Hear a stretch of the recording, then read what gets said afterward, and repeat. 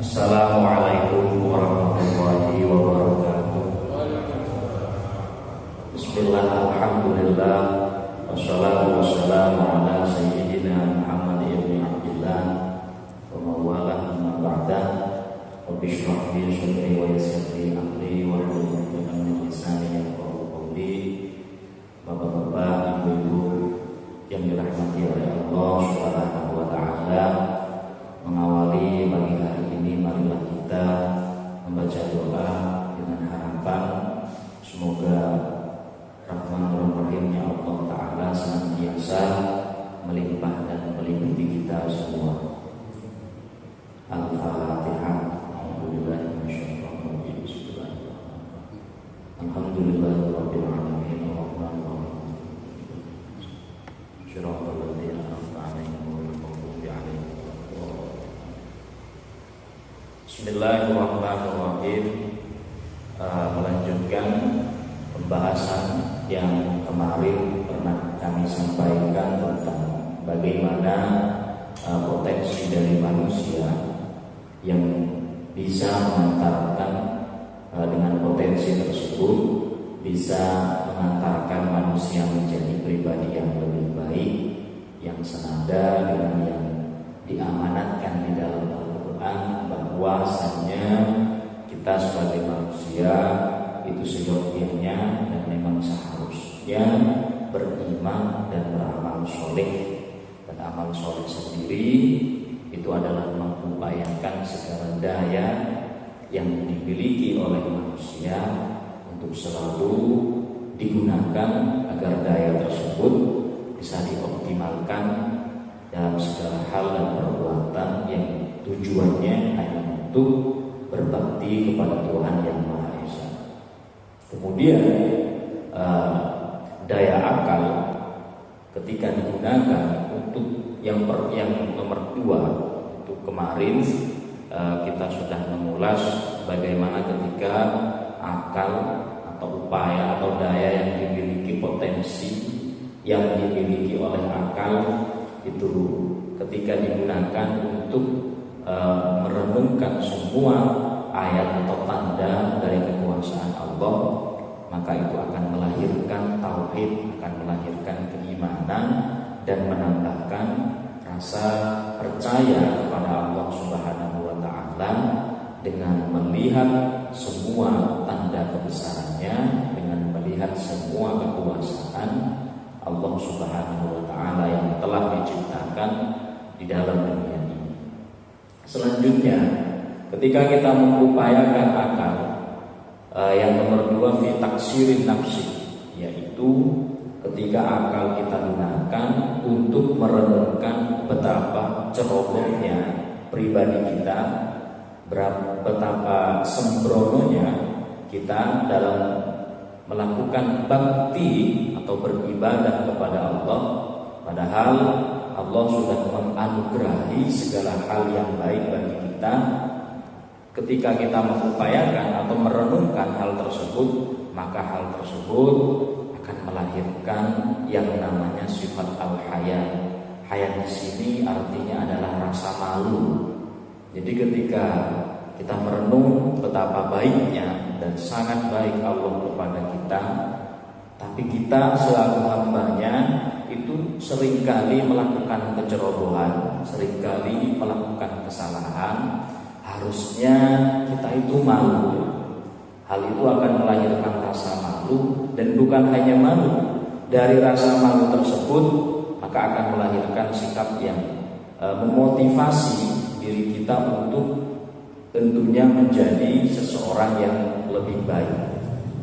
Karena di dalam sebuah ayat dikatakan bahwasanya wa ma khalaqtul jin wal ins illa liya'budun, dan tidaklah kuciptakan manusia dan jin kecuali beribadah. Liya'budun itu artinya ngaulo bukti, ngaulo bakti, ngaulo bukti. Liya'budun itu artinya menghambakan diri kepada Dia yang telah menciptakan kita. Nah, penghambaan di sini itu ibarat kata wayang, dalam perwayangan kita itu hanya sebuah wayang yang digerakkan oleh dalang. Segala macam apa yang terjadi dan kita lakukan hingga detik ini itu tentunya atas kodrat dan iradat yang telah ditetapkan oleh Allah Subhanahu wa Ta'ala. Kalau ditarik lebih jauh lagi, sebenarnya kita tidak memiliki kekuatan, daya dan upaya apapun. Semua itu adalah anugerah pure, murni, fadl dari Allah Subhanahu wa Ta'ala. Kita bisa iktikaf di dalam masjid, panjenengan semua dengan rasa kantuk yang berat, dengan rasa malas, bisa berangkat, ditakdirkan bisa berjamaah subuh secara konsisten istiqomah mulai awal Ramadan hingga nanti di akhir Ramadan dan seterusnya. Itu murni fadl, anugerah dari Allah Subhanahu wa Ta'ala. Oleh karena itu, ketika kita memikirkan, berpikir atau merenung betapa cerobohnya kita dengan semua kebaikan yang telah Allah berikan, kita harusnya merasa malu. Karena sebagai seorang hamba ternyata kita tidak sesuai dengan kriteria hamba yang baik. Kita masih merasa lebih baik dari orang lain. Kita masih sering merasa bahwa ibadah kita adalah ibadah terbaik yang kita berikan kepada Allah, atau merasa diri kita adalah orang yang mampu akan segalanya, sehingga perasaan-perasaan tersebut menjerumuskan pribadi kita terhadap jurang kemaksiatan dan perbuatan dosa. Atau bisa jadi perasaan-perasaan tersebut akan menjerumuskan kita menjadi pribadi yang melakukan hal-hal yang negatif. Melihat hal semacam itu tentunya kita harus malu bahwasanya hingga detik ini dengan semua kebaikan yang telah Allah berikan, kita bisa terlihat baik di mata manusia yang lain. Oh, di belakang ini setelah jamaah, setelah pulang dari masjid, tidak ada jaminan secara pribadi kita menjadi orang baik, itu tidak ada yang bisa menjamin dan tidak ada yang bisa mengetahuinya kecuali diri kita sendiri dan Allah Subhanahu wa Ta'ala. Bisa jadi setelah kajian ini, setelah mendengarkan hal semacam ini pulang, ternyata kita kembali kepada sifat asal kita. Itu bisa jadi. Tapi karena anugerah Allah Ta'ala di depan orang lain, kita terlihat istimewa, kita terlihat lebih baik dari orang lain, kita terlihat mungkin orang yang ahli beribadah, kita terlihat orang yang berpuasa dan lain sebagainya. Itu pure murni anugerah dari Allah Subhanahu wa Ta'ala. Kok kita sembrono menjadi hambanya? Nah, itu harusnya kita malu.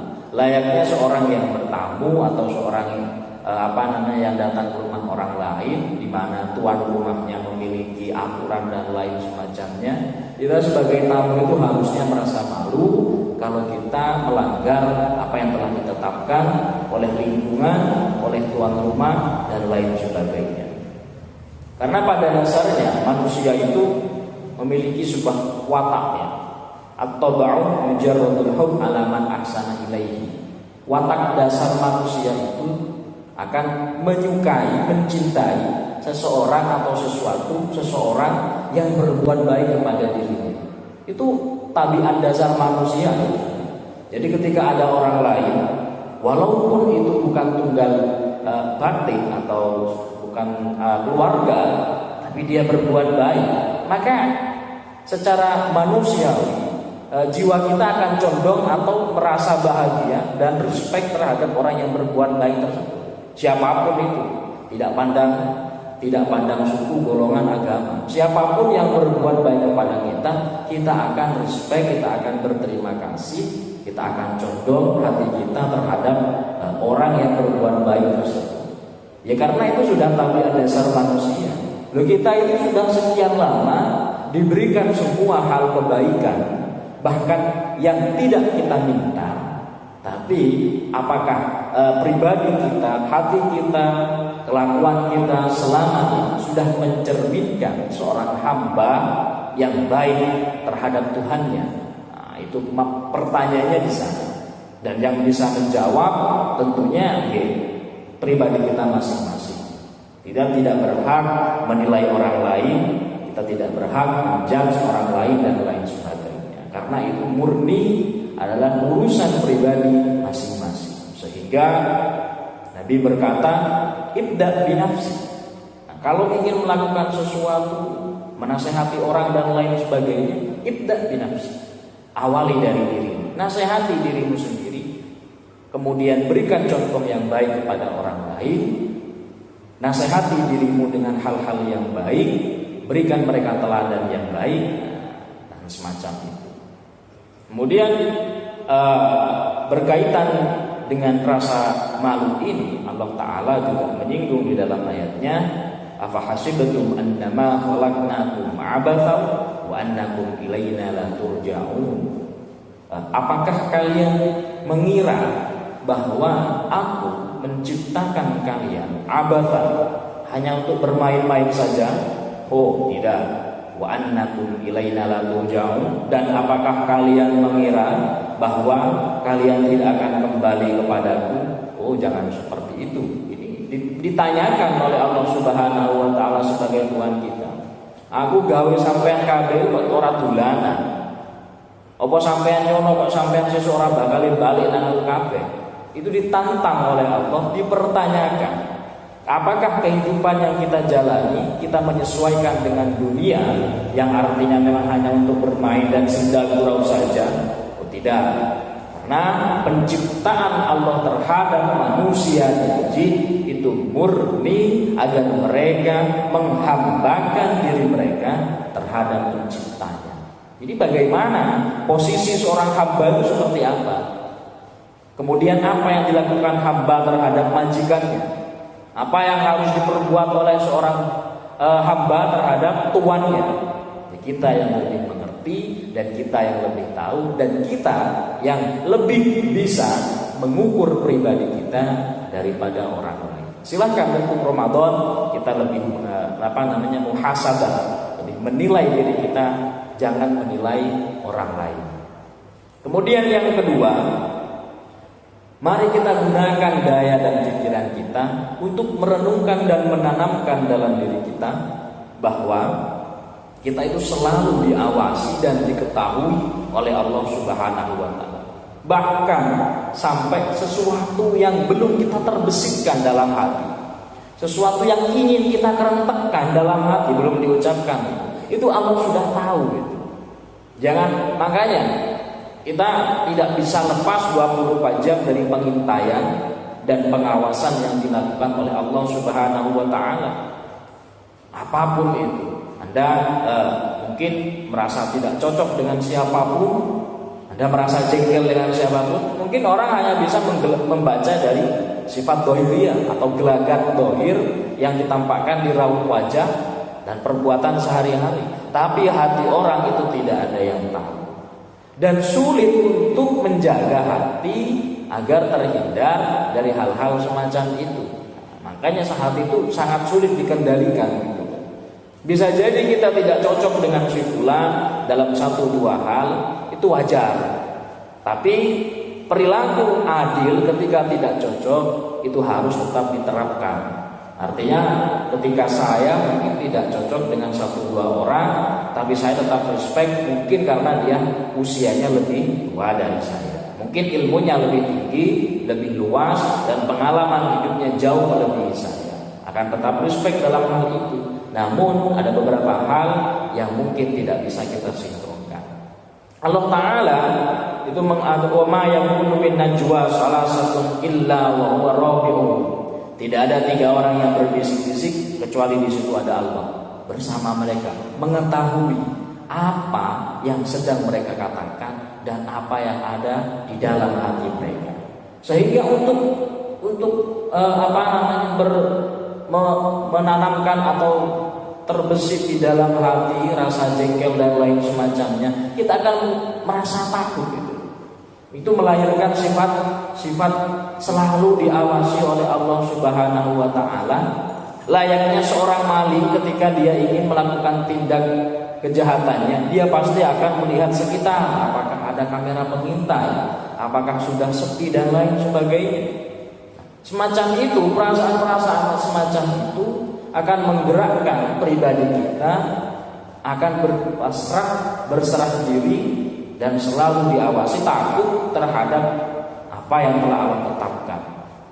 Kemudian yang ketiga yang bisa diupayakan oleh akal kita adalah kita menanamkan dalam hati kita bahwa sekarang dunia kehidupan yang sedang kita lalui itu isinya ya cepat berubah, artinya lenyap dan akan sirna, sehingga yang kita tanamkan di dalam hati kita adalah daya upaya kita memikirkan bahwa yang kekal, yang abadi kelak itu ketika berada di akhirat. Seperti yang disampaikan oleh Allah Subhanahu wa taala, bal tu'thirunal hayatid dunya wal akhiratu khairu wa abqa. Kebanyakan dari manusia itu tu'thirunal hayatid dunya. Mereka kehidupan dunia membekas di dalam pikiran mereka, sehingga seakan-akan kita itu akan hidup selamanya di dunia ini. Perilaku-perilaku semacam itu sudah menjadi tren bagi masyarakat pada umumnya, bahkan saya sendiri. Kadang kita lupa bahwasanya yang menunggu kita itu bukan rumah pribadi kita, tapi liang kubur yang dalamnya mungkin sekitar 1,5 meter, lebarnya juga kurang dari 2 meter. Itu yang akan menjadi RMS, rumah masa depan kita, ya kan ya. Baju yang ada di lemari kita mulai dari lebaran tahun 2010 hingga sekarang mungkin masih ada. Yang kelak kita bawa itu hanya cuma satu kain, itu pun kain kafan yang panjangnya tidak melebihi panjang tubuh kita. Harta yang paling berharga yang kita bawa itu cuma batu nisan, itu saja. Jadi bal tu'thirunal hayatid dunya itu adalah perilaku manusia pada umumnya yang mengakibatkan keakan-akan dunia itu akan abadi kita miliki. Apa yang ada pada diri kita, kita tidak rela untuk melepaskannya, kita tidak rela untuk kehilangan hal tersebut, kita tidak rela kehilangan masa muda, kita tidak rela kehilangan pangkat dan jabatan, kita tidak rela kehilangan apa yang sudah kita kumpulkan sejak muda hingga kita di usia senja. Akan-akan kita nggak mau. Contoh sederhananya, sampai usianya pinten Pak? Alah tak seket, padahal sudah 60 lewat. Dia nggak rela dibilang 60, nggak rela. Karena kalau sudah usia senja itu biasanya sudah mendekati, biasanya kalau ukuran manusia mendekati kematian. Diarani cepat mati. Padahal mau usia senja, mau masih muda, sehat atau sakit, kematian itu pasti datang. Ya tapi karena kita lupa gitu, ya karena manusia aja, itu manusiawi. Padahal wal akhiratu khairu wa abqa. Akhirat itu lebih kekal dan lebih baik daripada masa hidup di dunia ini. Ya, wa ma hadhil hayatud dunya illa lahun wa la'ibun. Jadi kehidupan di dunia ini hanya senda gurau saja. Datang, makan, tidur, kerja, dapat uang, bahagia dan lainnya, hanya itu saja. Tidak ada yang wow dan tidak ada yang luar biasa. Ya biasa aja. Karena memang kehidupan di dunia itu tempatnya senda gurau. Ya sekarang kalau kata Nika Ardila itu hanya panggung sandiwara saja. Kelak wa inna daral akhirah lahiyal hayawan. Tapi kehidupan yang abadi, yang benar-benar sempurna itu kelak adalah kehidupan yang ada di akhirat. Tapi kita lupa bahwa akan ada kehidupan abadi setelah kita berada di dunia ini. Oh saya masih ingat Pak. Oh buktinya apa Anda masih ingat? Anda masih seperti ini, perilaku Anda tidak mencerminkan Anda ingin mati. Perkataan Anda tidak mencerminkan Anda bahwa hidup akan di akhirat, tidak ada. Hal-hal yang mencerminkan Anda takut dengan semua siksa Allah itu tidak ada. Baik itu perilaku, baik itu ucapan, baik itu apa yang Anda lihat, itu tidak ada sama sekali. Sehingga itu tidak akan melahirkan rasa takut dan tidak akan melahirkan kehidupan yang akhirat yang dia idamkan itu nggak ada. Nah, yang terakhir yang nomor 4, ketika daya pikiran dan yang kita lakukan untuk merenung itu kita gunakan untuk memikirkan kematian yang datangnya pasti dan secara tiba-tiba, itu akan menggerakkan tubuh kita, memotivasi diri kita untuk selalu bersiap-siap dengan kematian. Jadi sebenarnya manusia itu sudah diajarkan untuk prepare, untuk siap-siap. Misal kita menyiapkan sesuatu agar nanti ketika hujan tidak bocor, maka kita menyiapkan ini. Kita menyiapkan uang saku anak-anak kita untuk nanti ketika mereka sekolah, ketika mereka lagi pendidikan agar enak. Kita menyiapkan tabungan di hari tua. Itu sudah kita siapkan sebenarnya. Tapi kadang kita lupa menyiapkan sesuatu yang menemani kita kelak ketika kita meninggal.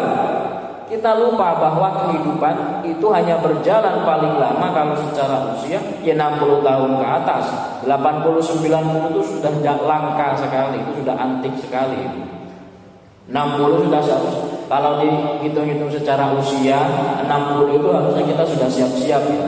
Siap-siap bahwa tidak lain kita akan dibungkus dengan kain kafan, kita akan terbaring di tanah. Siapapun yang lebih mencintai kita dulunya di dunia tidak akan ikut mati bersama kita karena kita mati, enggak. Istri yang paling kita cintai, dunia yang paling kita cintai, itu semua tidak akan masuk ke dalam kuburan kita. Bahkan mungkin kuburannya belum kering, istrinya sudah menikah lagi, bisa jadi. Atau si suaminya hidup, istrinya meninggal, katanya sehidup semati, tapi pusara istrinya itu belum kering, si suami sudah dapat gantinya yang lebih baru. Itu sudah tidak ada yang namanya sehidup semati. Makanya kematian itu datangnya secara tiba-tiba, fujatan, tanpa ada yang tahu. Makanya karena tidak ada yang tahu, yang paling penting kita mempersiapkan apa yang kelak akan kita bawa mati. Bekalnya cuma ada 3. Yang pertama sedekah jariyah, kemudian ilmu yang bermanfaat, yang ketiga adalah amal soleh. Hanya itu saja bekal kita ketika kita mati. Itu yang akan menemani kita kelak di alam kubur, yang akan menjadi penerang, yang akan menjadi tempat yang nikmat terhadap diri kita. Apa yang kita miliki sekarang itu belum tentu, memang tidak akan pernah dibawa mati. Karena pikiran-pikiran semacam ini atau daya semacam ini ketika digunakan untuk merenungkan 5 hal. Yang pertama ketika merenungkan ayat Allah, yang kedua ketika merenungkan betapa sembrononya apa yang telah terjadi pada diri kita. Kemudian yang ketiga merenungkan betapa kita sering diawasi, bukan sering, selalu diawasi oleh Allah. Kemudian merenungkan dan memikirkan betapa dunia itu cepat berubah dan akan kita tinggalkan. Yang terakhir, betapa kematian itu sudah sangat dekat. Maka itu akan melahirkan pribadi yang sesuai dengan amanah di dalam Al-Quran, alladzina amanu wa 'amilus sholihat. Kita akan tergerak untuk menjadi pribadi yang lebih baik, yang bermanfaat bagi sesama. Gerak-gerakan motivasi-motivasi semacam itulah yang diharapkan oleh Allah di dalam Al-Quran agar manusia mengantarkan dirinya sendiri menjadi pribadi yang lebih baik. Jadi setiap hari, setiap saat, ketika daya dan upaya itu kita gunakan benar-benar, maka kita sudah melaksanakan yang namanya abidun, orang yang memang menghambakan dirinya, bukan merasa menjadi tuan, bukan merasa menjadi sayyid, bukan merasa menjadi apalagi menjadi Tuhan yang menghakimi sesama, yang menjat orang lain dan lain sebagainya. Tidak. Lalu pribadinya belum bagus kok koreksi orang lain. Lalu pribadinya belum saya kok sudah berkata ini dan itu terhadap orang lain. Kalau seseorang menasehati terhadap orang lain tapi pribadinya belum baik, itu ada kalanya satu, mungkin memang dia ingin menghendaki kebaikan kepada orang lain. Yang kedua, mungkin dia hanya ingin terlihat lebih baik dari orang lain. Makanya ketika tentang nasihat, Nabi memberikan tips ketika ingin mengkritik, menasehati orang lain, kritiklah dia jangan di depan umum. Kalau di depan umum dinasehati itu bukan ma'uridu illal islah, itu bukan mengharapkan baik pada orang lain, tapi dia ingin merendahkan orang lain, ingin menjadikan orang lain terhadap bahan bully dan mencacinya. Itu tidak baik. Makanya kalau menasehati orang lain lebih baik face to face berdua saja. Makanya itu harap. Makanya kalau di depan halayak umum memarahi orang itu biasanya yang berbicara itu bukan nasihat, bukan dari hati ke hati. Itu lebih kepada nafsu itu biasanya. Dan kalau yang membicarakan nafsu, maka jangan harap orang yang dinasehati akan ikut gitu. Itu bukan nasihatnya yang salah, caranya yang salah. Semoga daya dan upaya yang telah diberikan oleh Allah Subhanahu wa taala kepada kita bisa benar-benar mengantarkan kita kepada pribadi yang lebih baik, kepada pribadi yang soleh, sehingga mencapai derajat yang paling tinggi. Derajat yang paling tinggi manusia itu cuma satu, yaitu al-abid, hamba. Itu adalah derajat yang paling tinggi, bukan raja, bukan siapa, bukan orang kaya, bukan. Tapi derajat yang paling tinggi yang bisa diraih oleh manusia itu menghamba atau kaulo. Jadi kita hanya sebagai budak, kita hanya sebagai bidak, kita hanya sebagai wayang. Dan layaknya seorang budak, seorang bidak, wayang, kita harus ikut dengan semua apa yang telah ditetapkan dan menerima dengan semua ketetapan. Sekian dari saya, kurang lebihnya mohon maaf. Ihdinas siratal mustaqim. Wassalamualaikum warahmatullahi wabarakatuh.